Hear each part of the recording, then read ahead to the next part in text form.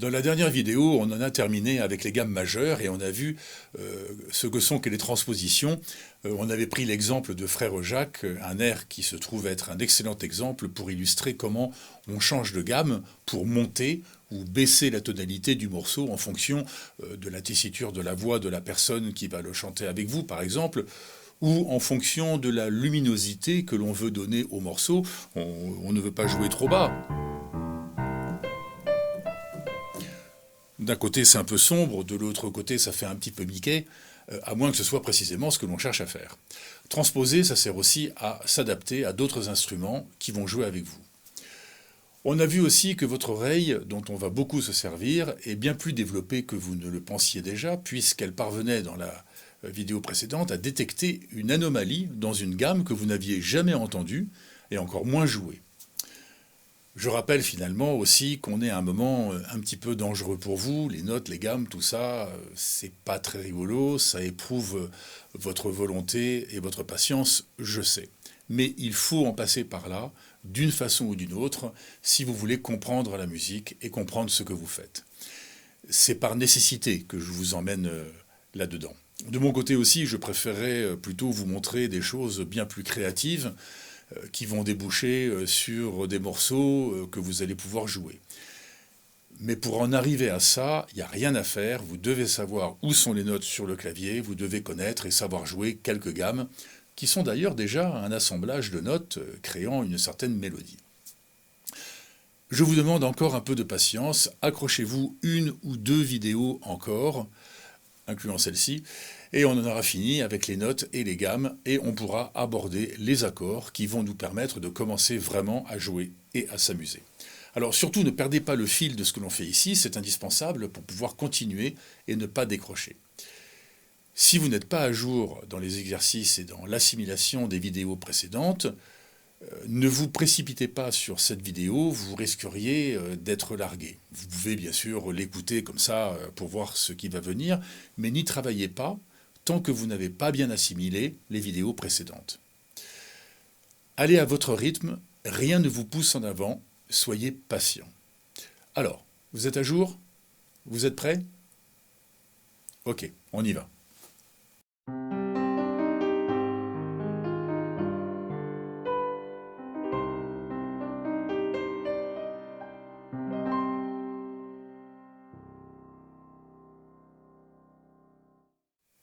Bonjour, je m'appelle Stéphane et je suis très content de vous retrouver sur cette chaîne.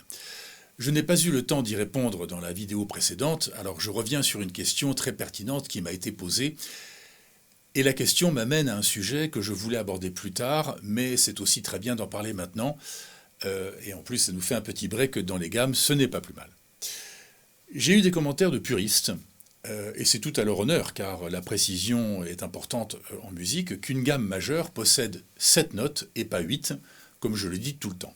Je vais donc vous expliquer pourquoi je prends cette petite liberté de vous présenter les gammes majeures avec 8 notes. Ça sera vrai aussi pour les gammes mineures que l'on va voir plus tard dans cette vidéo. Oui, une gamme majeure possède techniquement 7 notes et pas 8. Pour la gamme de Do, Ré, Mi, Fa, Sol, La, Si, il y a bien 7 notes distinctes, pas la peine de répéter le Do en fin de gamme, cette 8e note contestée, puisque Do fait déjà partie de la liste des notes de la gamme de Do majeur. Pour la gamme de Sol majeur, par exemple, c'est pareil, pas la peine de répéter le Sol en 8e note, il est déjà dans la liste en première note. Une gamme majeure possède donc 7 notes distinctes. Mettre une 8e note aux gammes majeures ou mineures ne sert donc à rien. Alors pourquoi est-ce que je le fais quand même? J'ai deux raisons. La première, c'est pour une raison pédagogique. Vous vous souvenez, dans les 3 règles à suivre pour fabriquer une gamme majeure, la première règle est qu'une gamme possède 8 notes, justement.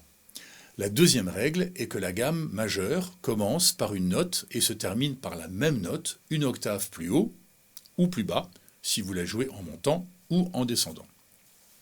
C'est simple à retenir, la gamme de Sol va de Sol à Sol, la gamme de Mi va de Mi à Mi, la gamme de Do à Do, etc. C'est vrai aussi pour les gammes mineures.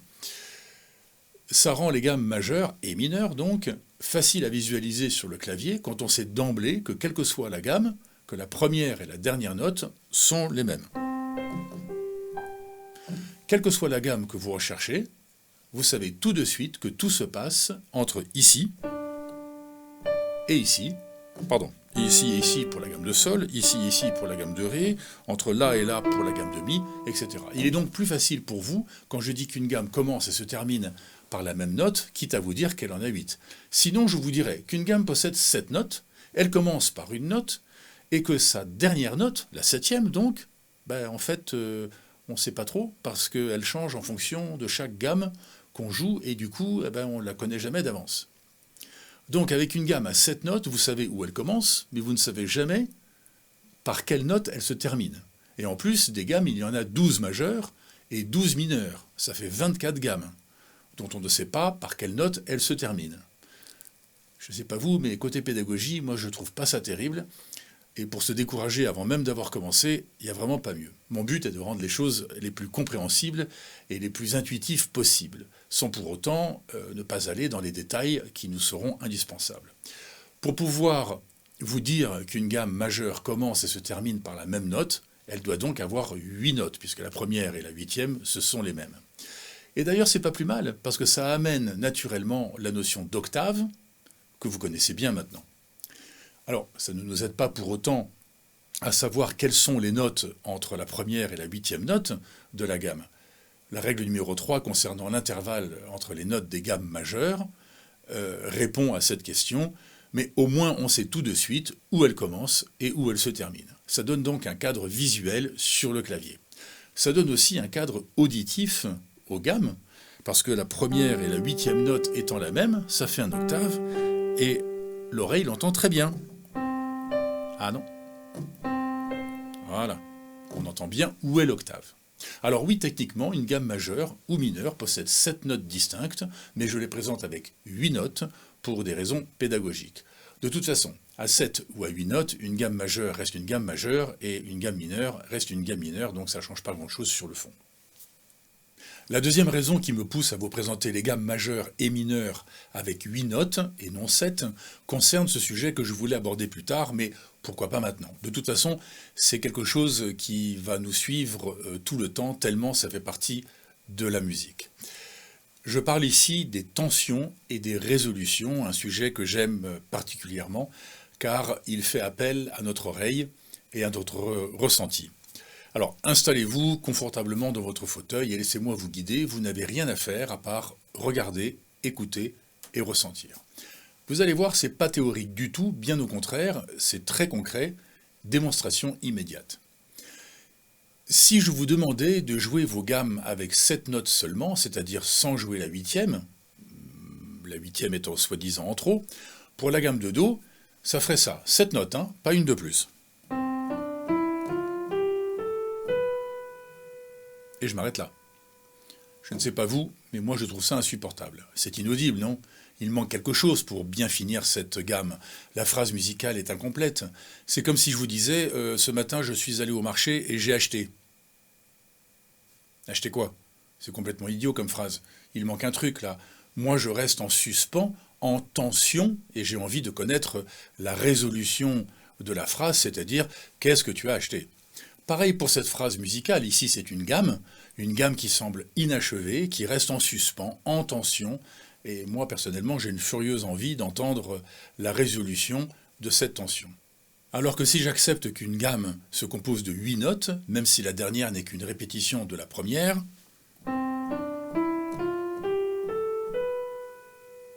ah, merci, ça va mieux. Ok, là on peut passer à autre chose, sans rester suspendu pour l'éternité.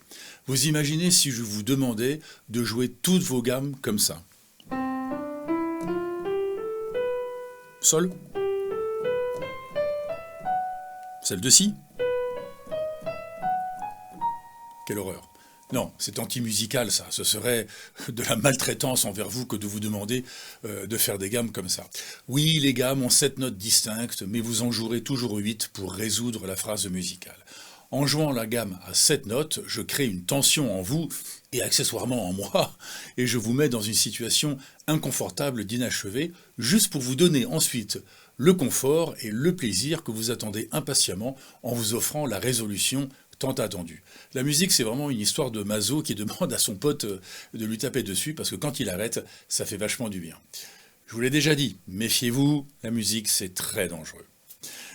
Donc voilà pourquoi je présente les gammes majeures ou mineures avec 8 notes et non 7 notes. La première, c'est pour des raisons pédagogiques, et la deuxième, c'est pour ne pas laisser notre oreille en tension et lui offrir la résolution qu'elle attend de n'importe quelle phrase musicale, à commencer par une gamme. Alors puisque je suis amené à vous parler de tension et de résolution maintenant, allons un peu plus loin. Et là on parle de musique en général et pas de piano spécifiquement. Si on joue la gamme de Do à la clarinette avec 7 notes, ça créera la même tension. Dans une gamme majeure, vous entendez donc que la 7e note de la gamme appelle cruellement la 8e note pour clôturer la phrase. Oui, c'est bien la 7e qui provoque cet effet de tension. Dans la gamme de Do, par exemple, mais y a-t-il d'autres notes qui provoquent une tension similaire? La 3e peut-être? Non, pas vraiment, on dirait un jingle de la SNCF. Enfin, quand ils sont pas en grève. La 4e?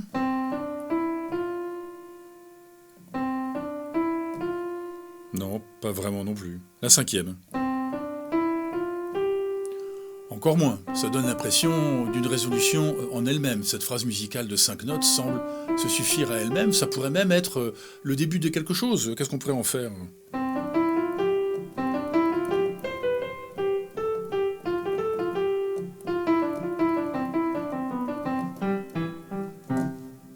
Je me dissipe, pardon. La 6e. Quand même, oui, il y a une petite tension, on a envie de savoir ce qui... On sent bien qu'il y a quelque chose qui va venir derrière. La 7e? Alors là, oui, vous entendez bien que c'est une tension. Elle est un peu plus puissante que les autres, celle-là, qui demande la 8e note. Votre oreille vous crie « Non, faites quelque chose, ne me laissez pas comme ça ». Cet effet de tension et de résolution se trouve partout en musique, pas que dans les gammes, bien sûr, mais dans toutes les mélodies, dans tous les styles de musique, classique ou contemporaine. Par exemple, sur un tout petit bout de morceau tout simple, c'est la fin d'une chanson, on va dire.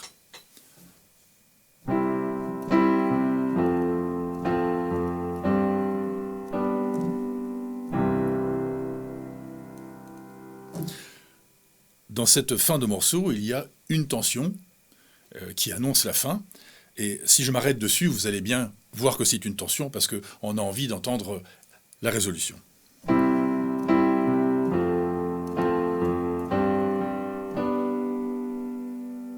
Non, on ne peut pas s'arrêter là. On attend la résolution de cette tension, et la résolution, la voici.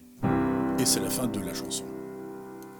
J'ai pas choisi ce petit morceau au hasard, je l'ai créé parce qu'en fait il y a deux tensions qui se superposent. Et ça rend la fin de la chanson encore plus attendue. Écoutez.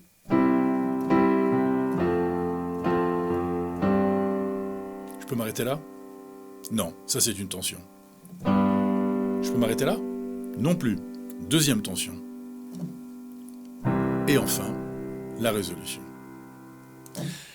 Et maintenant, avec une seule note, je vais rajouter une troisième tension qui va venir se superposer aux deux premières. Première tension, deuxième tension, troisième tension et la résolution. Une seule note en plus. Première tension, deuxième tension, une note, troisième tension. Je vous la rejoue ?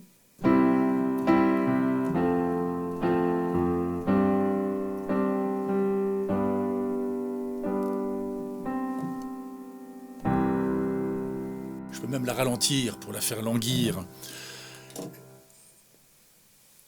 On va la faire attendre, cette résolution. Elle sera d'autant meilleure. Bon, j'exagère un peu, là, évidemment. On l'attend, cette résolution. On sent qu'elle va venir, mais elle tarde. Et enfin, la voilà. Et c'est l'extase, le nirvana, et la chanson se termine bien. Le premier qui fait une analogie scabreuse, là, attention, je rappelle qu'ici, on fait du piano. Il y a Bon, il a des sites spécialisés pour ce genre de choses. Ben oui, la musique fait appel à nos sens, à nos émotions, à nos sentiments. Alors évidemment, on retrouve ces choses-là aussi dans d'autres activités. Il y a cette histoire qui se raconte, je ne sais pas si elle est vraie ou si elle fait partie des nombreuses légendes dans l'histoire de la musique. Un compositeur, Beethoven, il me semble, je vous laisse le soin de vérifier, en apprenant à ses enfants à jouer du piano, il s'endormait le soir dans son fauteuil en les écoutant. Et s'il y en avait un qui ne finissait pas sa phrase musicale, restant donc sur une tension, eh bien ça le réveillait, il se levait, et il venait lui-même terminer la phrase avant d'aller se coucher, tellement ça lui était insupportable. Donc, les tensions et leur résolution sont un couple d'outils qui servent à contrôler, d'une certaine façon, son auditeur, lui donnant envie d'entendre quelque chose qui ne vient peut-être pas tout de suite, en le faisant languir pour attiser son désir de résolution, et finalement satisfaire son sentiment de manque créé par la tension. Ou les tensions, comme on avait vu. Toutes les chansons sont truffées de tensions et de résolutions de différentes formes. Pas juste à la fin, comme je viens de faire avec quelques notes, mais aussi pendant la chanson. Et on peut même utiliser toute une section de chansons pour créer une tension et une résolution.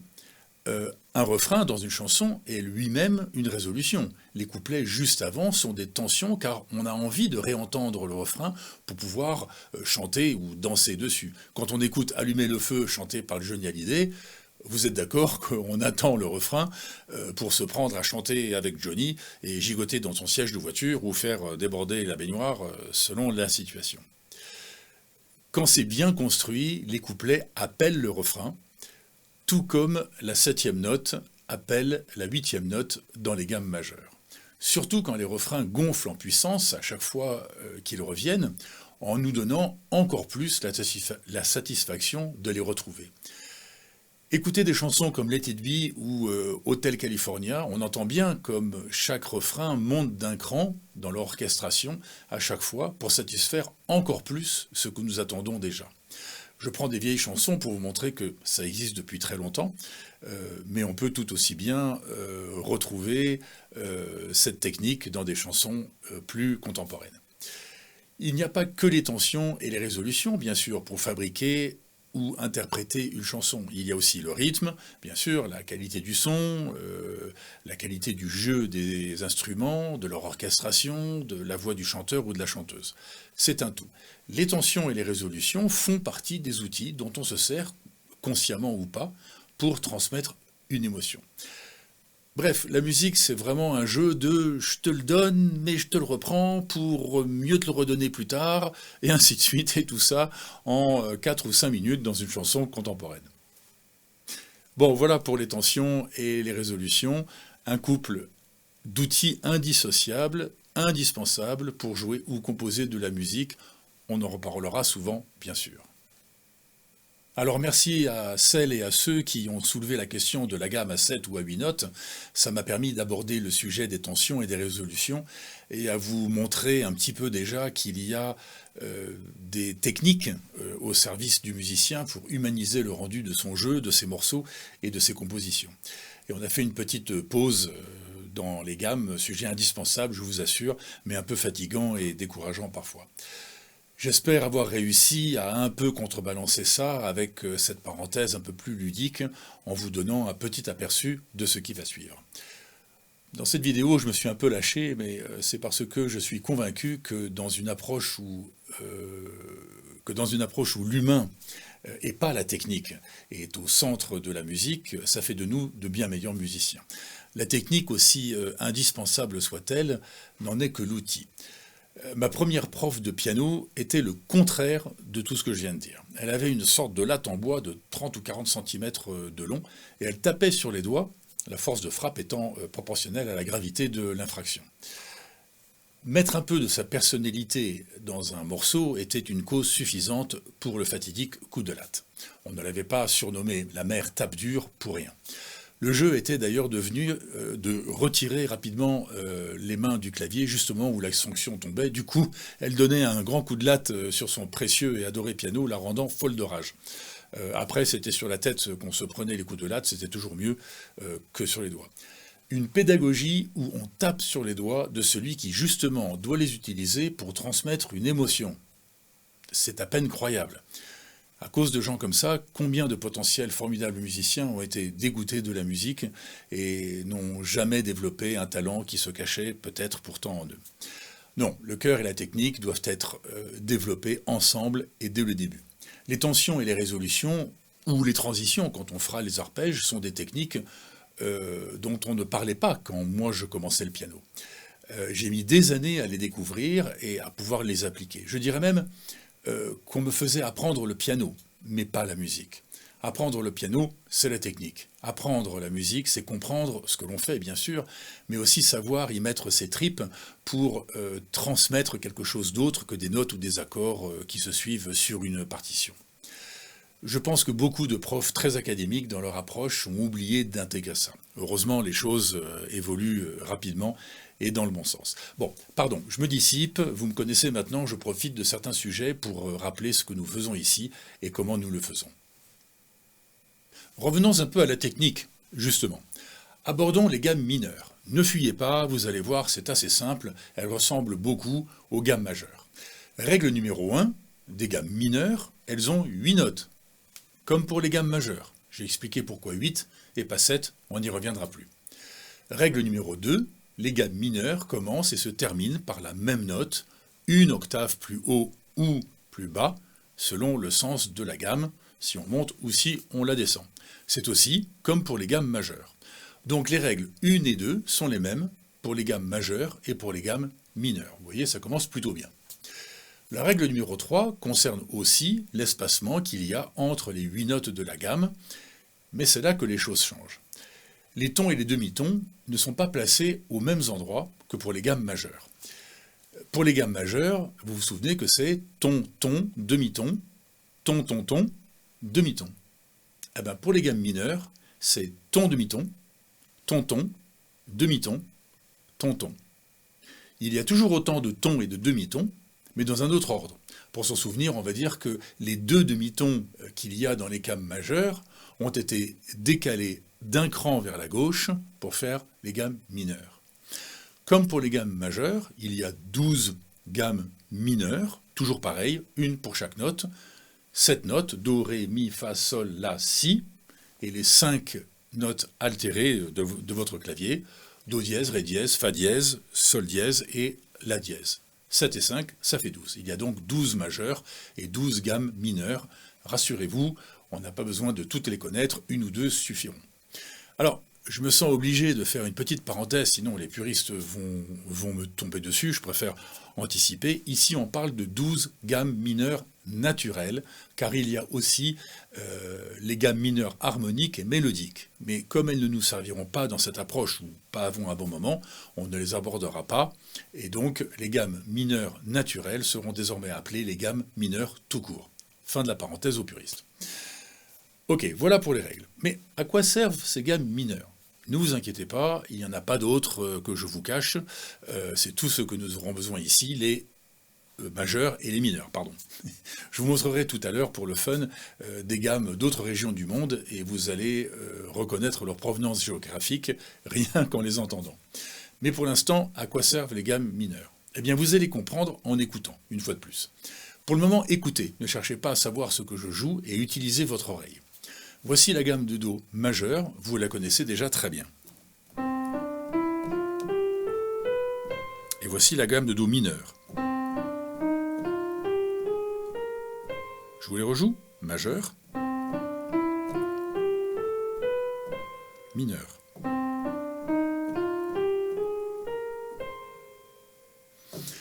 Alors qu'en pensez-vous ? Par rapport à la gamme majeure, quel sentiment suggère cette gamme de Do mineur ?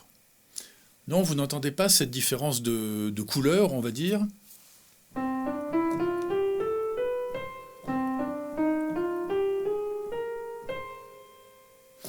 Non, c'est peut-être pas encore très clair dans votre oreille. Je vais vous aider en jouant un mini morceau en majeur, et puis après en mineur. Ça sera exactement le même morceau dans la gamme de Do majeur, et ensuite dans la gamme de Do mineur. J'espère que vous vous souvenez bien ce que veut dire jouer dans la gamme de Do majeur. Ça veut dire qu'on joue les notes de la gamme de Do majeur, Do, Ré, Mi, Fa, Sol, La, Si, et pas d'autres. Pareil quand je vais jouer dans la gamme de Do mineur, je ne jouerai que les notes de la gamme de Do mineur, on les déterminera ensemble après. Pour le moment, je voudrais que vous compreniez, que vous entendiez à quoi servent les gammes mineures. Voici ce petit morceau. En majeur.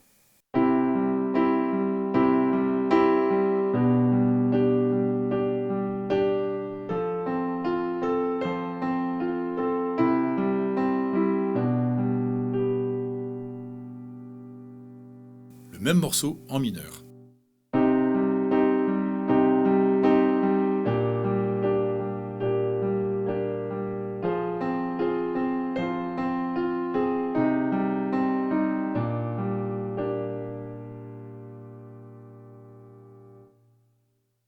Alors je répète la question. Qu'est-ce que cet air joué en Do mineur vous inspire? Cet air en Do mineur évoque-t-il un sentiment différent que quand je le jouais en Do majeur? Il devient plus sombre, non, en Do mineur, plus triste, diront certains, plus mélancolique ou plus nostalgique. Je vous les rejoue, maintenant que vous savez ce qu'il faut écouter. En Do majeur.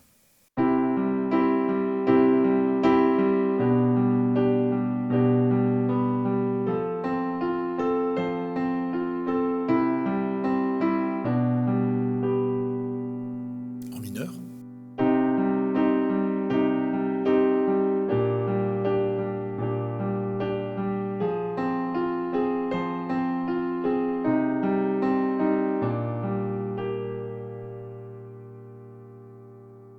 Et ben voilà, les gammes mineures servent exactement à ça, à donner une couleur plus sombre à l'émotion que ça évoque. Alors ça ne veut pas dire que quand on veut écrire une chanson gay, on va tout jouer en majeur, et quand on veut écrire une chanson triste ou nostalgique, on va tout jouer en mineur.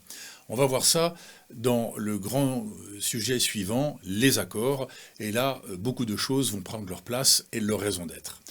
Je vous rappelle que les accords prennent racine dans les gammes, et c'est pour ça qu'il faut en passer par là. Alors, comment créer une gamme mineure? Eh bien, comme les gammes majeures, on applique 3 règles, dont les premières sont les mêmes. Je récapitule. Règle numéro 1, une gamme mineure possède 8 notes, comme une gamme majeure. Règle numéro 2, la gamme mineure commence et se termine par la même note, une octave plus haut ou une octave plus bas. Ça dépend si on joue la gamme à l'endroit, en montant, ou à l'envers, en descendant. La gamme mineure de Do commence par un Do, se termine par un Do, la gamme de Sol commence et termine par un Sol, et ainsi de suite. C'est la même règle numéro 2 que pour les gammes majeures. Règle numéro 3 concerne les intervalles entre les 8 notes de la gamme, et ces intervalles sont ton, demi-ton, ton-ton, demi-ton, ton-ton, c'est le même nombre de tons et de demi-tons que dans une gamme majeure, mais pas placés de la même façon. Donc, pour la gamme de Do mineur, j'applique donc les 3 règles, comme toujours. Alors, je vais jouer exceptionnellement avec un seul doigt pour que vous voyez bien. La gamme de Do mineur, allons-y. Do, un ton. Ré, un demi-ton. Ré dièse, un ton. Fa, un ton. Sol, un demi-ton. Sol dièse, un ton. La dièse, un ton. Do.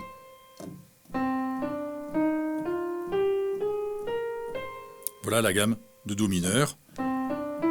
Vous voyez comme elle est très différente de la gamme de Do majeur. On le fait avec Fa? Allons-y. Fa, un ton, ça fait Sol. Un demi-ton, ça fait Sol dièse. Un ton, ça fait La dièse. Un ton, ça fait Do. Un demi-ton, ça fait Do dièse. Un ton, ça fait Ré dièse. Et encore un ton, ça fait Fa. Pardon. Vous voyez comme elle sonne différente de la gamme de Fa majeur. Et voilà. Vous voyez, comme avec les gammes majeures, les espacements sont un peu différents des gammes mineures. Maintenant, c'est à vous de déterminer et de noter sur votre cahier les notes que composent les gammes mineures de Do, Mi, Fa, Sol et La, nos gammes fétiches marquées d'un petit cœur sur le tableau des gammes majeures. Pour la gamme de La mineur, les notes que vous allez trouver vont vous surprendre un peu parce que vous les connaissez déjà. Elles ressemblent étrangement à une gamme que vous connaissez Très bien. Je ne vous en dis pas plus. Il n'y a aucune difficulté, suivez les 3 règles qui définissent les gammes mineures, comme vous avez fait avec les gammes majeures. On en reparlera bien sûr la prochaine fois. Nous, dans la musique contemporaine occidentale, on utilise les gammes majeures, les gammes mineures et les gammes chromatiques. Oui, je voulais un peu cacher celle-là, je ne voulais pas vous faire peur. Mais elle est tellement facile que vous ne m'en voudrez pas, et en plus elle ne sert pas à grand-chose. Je suis sûr que vous allez l'oublier aussitôt, et ce n'est pas bien grave. La gamme chromatique, c'est très facile. Elle commence et se termine par la même note, comme toutes les gammes majeures et mineures qu'on a vues jusqu'à maintenant, mais elle contient toutes les notes possibles et imaginables entre les deux, sans exception. Elle est donc faite que de demi-tons. La gamme de Do chromatique, la voici. Je commence par un Do, je finis par un Do, et je joue tous les demi-tons entre les deux.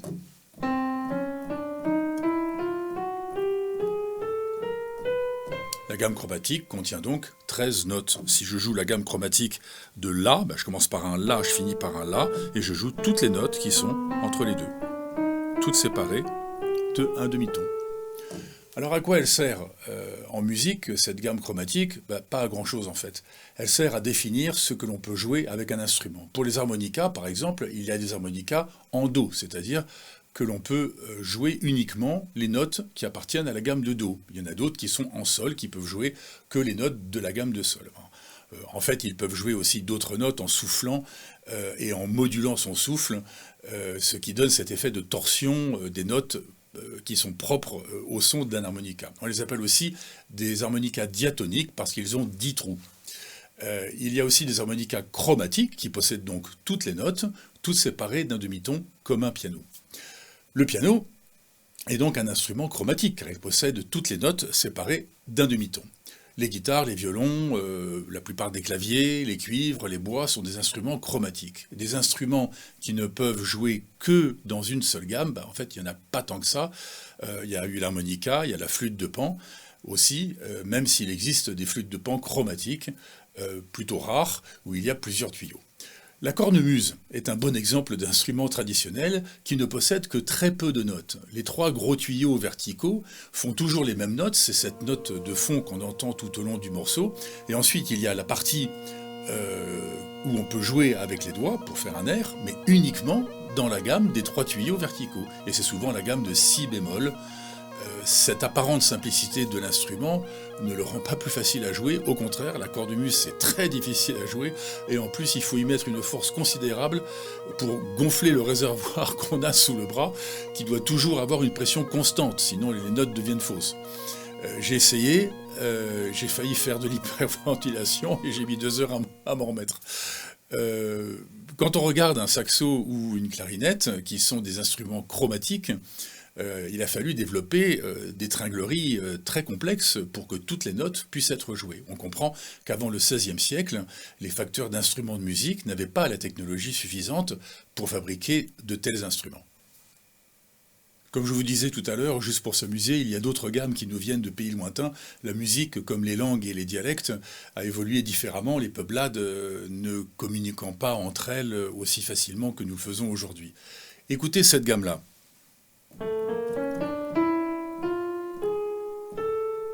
Elle vous fait penser à quoi?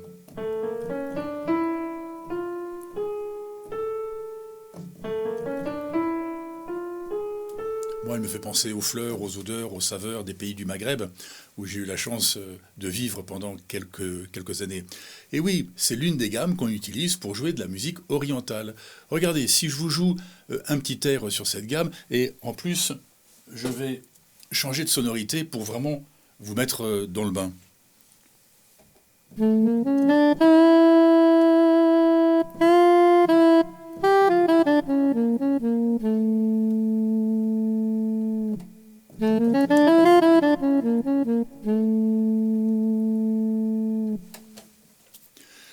Je reviens à mon piano. Et celle-là, c'est une gamme pentatonique. Pentatonique, ça veut dire 5 à 5 notes. Alors elle vous fait penser à quoi? À quelle partie du monde? Non? Écoutez. Voici la gamme.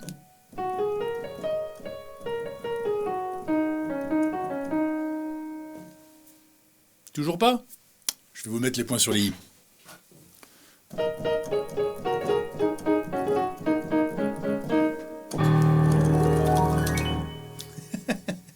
C'est la gamme pentatonique dite chinoise. On entend bien l'origine géographique de cette gamme. Je doute qu'elle s'appelle vraiment la gamme chinoise. Elle a une sonorité qui fait plutôt penser à l'Extrême-Orient entier. Elle a sûrement un nom barbare retrouvé par des théoriciens de l'histoire de la musique. Entre musiciens, c'est comme ça qu'on l'appelle. L'important, c'est que vous avez reconnu le style des morceaux par la provenance de leur gamme. Vous voyez comme votre oreille est bien plus capable que vous ne le pensez. Pour la prochaine fois, continuez à assimiler les gammes majeures favorites. Deuxièmement, continuez les octaves avec le premier et le cinquième doigt de chaque main pour bien continuer à mettre en mémoire l'espace que séparent les deux notes d'une octave.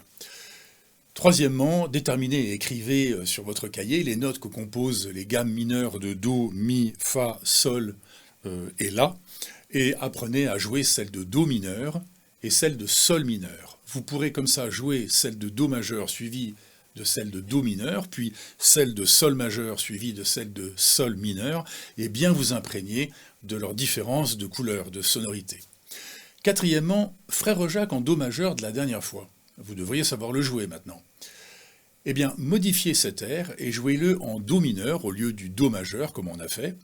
Vous avez tout ce qu'il faut pour le faire. Au lieu d'utiliser les notes de la gamme de Do majeur, vous allez utiliser les notes de la gamme de Do mineur. Et vous allez voir comme l'air devient plus nostalgique, plus sombre. C'est du mineur.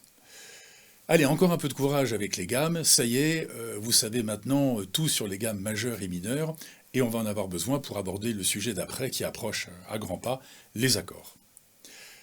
Prenez le temps qu'il vous faut. Si vous privilégiez la qualité de ce que vous faites, la rapidité de votre jeu viendra toute seule. Si vous faites l'inverse et que vous privilégiez la rapidité dans un monde où tout doit aller de plus en plus vite, la qualité de votre jeu ne viendra jamais.